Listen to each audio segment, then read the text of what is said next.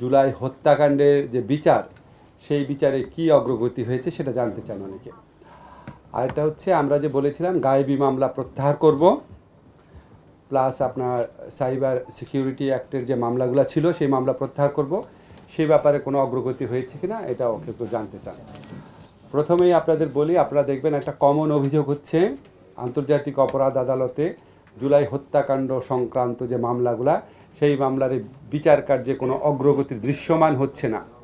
এই ধরনের অভিযোগ, এই ধরনের মানে অসন্তুষ্টির কথা অনেকে বলেন। আমরা ওনাদের প্রতি শ্রদ্ধা জানিয়ে বলছি, আমাদের সাইবার সিকিউরিটি অ্যাক্ট আমাদের আন্তর্জাতিক অপরাধ ট্রাইব্যুনাল অ্যাক্টের সংশোধনীর পরে আন্তর্জাতিক অপরাধ ট্রাইব্যুনাল গঠিত হওয়ার পরে ইতিমধ্যে এই আদালতে বিচার কার্যের যথেষ্ট অগ্রগতি সাধিত হয়েছে।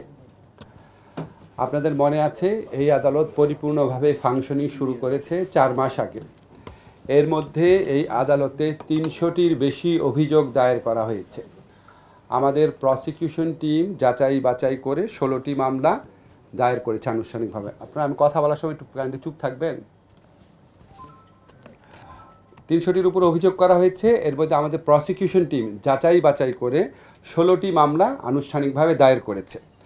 এই 16টি মামলার মধ্যে 4টি মামলার তদন্ত কাজ এই মাসের মধ্যে শেষ হবে বলে আমরা আশা করি। এরপর চার্জশিট গঠনের মাধ্যমে আনুষ্ঠানিকভাবে বিচার কাজ শুরু হবে।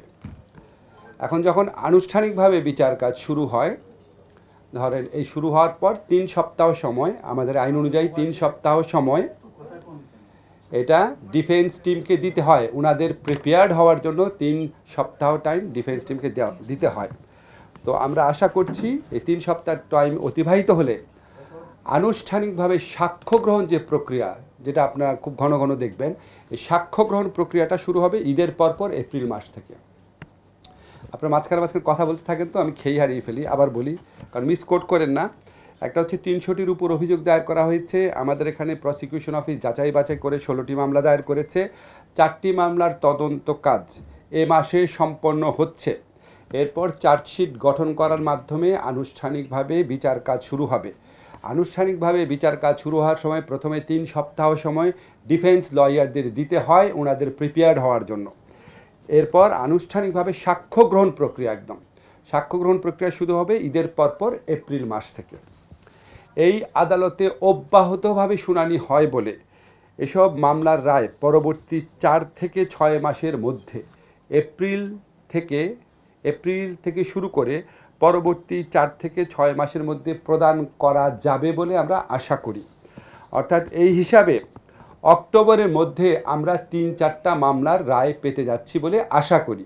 এটা বিচারিক প্রক্রিয়ার ব্যাপার, কিন্তু আমরা তদন্ত যে টিম আছে, আমাদের প্রসিকিউশন টিম আছে, বিশেষ করে আমাদের চিফ প্রসিকিউশন যে লয়ার আছেন ব্যারিস্টার তাজুল ইসলাম, ওনার সাথে কথা বলে আমার যে ধারণা হয়েছে সেটা আপনাদের ব্যক্ত করছি। আমরা আশা করছি এই বছর অক্টোবরের মধ্যে আমরা 3 থেকে 4টি মামলা রায় পেয়ে যাব। এই সমস্ত মামলায় সাবেক প্রধানমন্ত্রী শেখ হাসিনা সহ আওয়ামী লীগের শীর্ষস্থানীয় নেতৃবৃন্দ এবং শীর্ষস্থানীয় কিছু পুলিশ এবং প্রশাসনিক কর্মকর্তা এই সমস্ত মামলায় আসামি হিসাবে রয়েছেন, যে 3-4টা মামলার কথা আপনাদেরকে বললাম। এখন আপনাদেরকে একটু ব্যাখ্যা করে দেখবেন যে আমরা যদি পুরা বিচার কার্যটা ধরি, তাহলে পুরা বিচার কার্যটা শেষ হতে শুরু থেকে শেষ পর্যন্ত আমাদের 1 বছরের মতো সময় লাগছে। এখন আপনারা যারা বিচার প্রার্থী আছেন, আপনাদের নিশ্চয়ই খারাপ লাগতে পারে 1 বছর লাগছে কেন। আপনাদের জন্য আমি একটা তথ্য দেই। এই আন্তর্জাতিক অপরাধ আদালতে শেখ হাসিনার আমলে যখন জামাতে ইসলামের কিছু লিডারের এবং বিএনপির একজন লিডারের বিচার হয়, সেই বিচার কার্যগুলো সম্পন্ন হতে গড়ে অন অ্যাভারেজ কমপক্ষে 2.5 বছর লেগেছিল, কমপক্ষে 2.5 বছর। সেখানে আমাদের এই আদালতে তার অর্ধেকেরও কম সময় লাগছে। কেন লাগছে? কারণ আমাদের প্রসিকিউশন টিম, তদন্তকারী টিম, তারা প্রচণ্ড নিষ্ঠার সাথে দিনে রাতে কাজ করছেন। আমরা প্রায় রেগুলারলি খবর রাখছি। এছাড়াও আপনাদের আরেকটা কারণ একটু তাড়াতাড়ি হবে, কারণ ওই যে বিচার কার্যগুলো অনুষ্ঠিত হয়েছিল ওগুলো অনেক আগের মানে ঘটনাবলীর প্রেক্ষিতে বিচার কাজ হয়েছিল। আর এই আদালতে যে বিচার কাজ হচ্ছে, এটা সাক্ষ্য প্রমাণ এত বেশি আছে, যে কারণে আমরা আশা করছি 1 বছরের মধ্যেই প্রথম কয়েকটা রায় আমরা পাবো।